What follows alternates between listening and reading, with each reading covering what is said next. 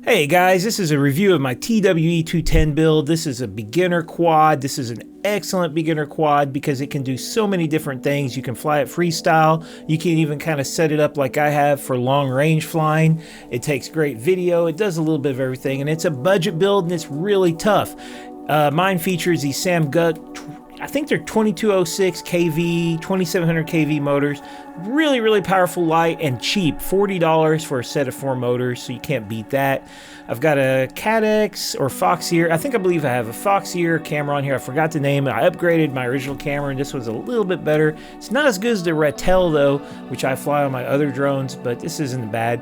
And I'm using a $45 super budget Mamba flight stack, which has the ESCs and the flight controller, F4 flight controller that is available on Race Day Quads for $45, which I think is an excellent bargain. I've got a GPS connected to it. As you can see, I've just stuck it to the top of the camera mount, and I've just taped it up there, and it's worked out great. I've been having video issues with this drone, so I switched out the video transmitter to one. I was getting breakup at around 200 meters, and this is just a generic 600 milliwatt eSheen video transmitter, but I wanted to test it out, and I also wanted to test out a couple different antennas. So I got a chance to fly today at my grandpa's hill, which gives you really nice clear view of the area around it because you're up in the air and nothing in the way. So I did a quick shakedown flight. Everything seemed to be going fine.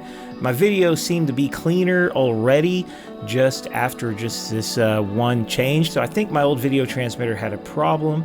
I was flying out around the neighborhood pretty far, actually using the radial antenna. The patch antenna was facing the wrong way, and I was getting really nice clean video signal here. I'm recording this on a Yeelight, which is about a $40 action camera, so if I lose it, I don't really care. And today I might take a risk because I'm going to fly all the way out to that white spot you see way down there, far out. I'm going to do a long range flight.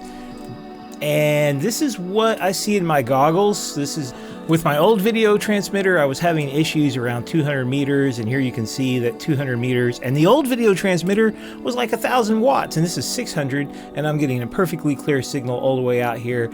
I wasn't sure. I've got GPS rescue set up on this. Oh, look at that. Did you see that? I'm actually, for a while there, I was actually below my starting altitude. I was below because I started on top of a hill. So a little bit of breakup here and there at 500 meters, but not bad at all. Let's speed this up and get down there and see what this place looks like. This is the drag strip, and at this point, I'm getting close to about 1,000 meters away. And I know that through range testing, I can go another 500 meters probably, but when I turn around, if you watch my signal strength up there, it's getting really low. If it goes down below 70, I'm going to start to have problems.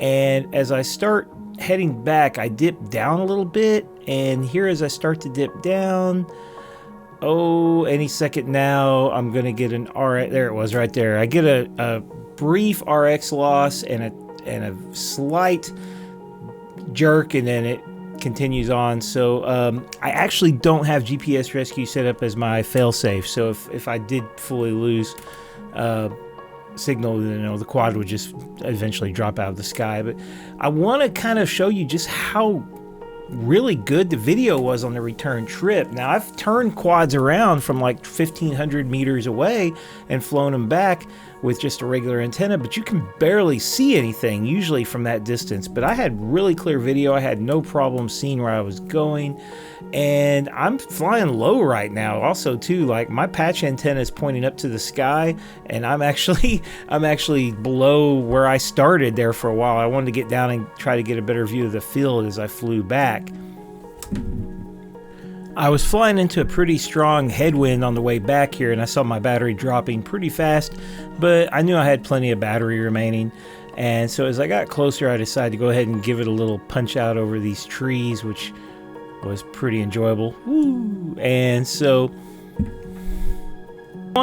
if you want to do long range cruising, you can do that with this drone. If you want to do freestyle, it's got plenty of power, you can do that. It's not particularly really good for anything. It's just pretty good at everything.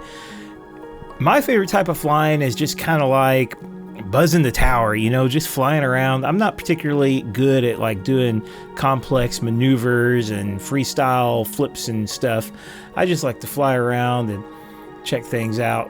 Whoosh. So this drone has got plenty of power for that. It can do that very easily. Flight times are going to vary depending on how you fly. Just hovering around, cruising around, not going against the wind too much. You're going to probably get 6, 7, 8 minutes even, maybe. Flying around, throttle punch outs, a lot of jerky flying. You're going to get a lot. This is Beta Flight 3.5, completely stock. I have no idea how to even tune a drone. And best of all, this drone is very, very durable. I mean, it's really tough. I've crashed this thing hard. In fact, here, when I bring it down to land, I'm going to crash it pretty hard because I couldn't see good enough to see all these trees, all these sticks and stuff. It was so dim and dark. They were popping out in front of me.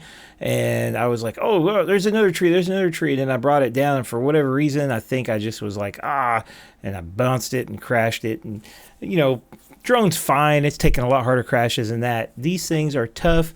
It's a great frame. This is a great way to get started into a really enjoyable hobby thing.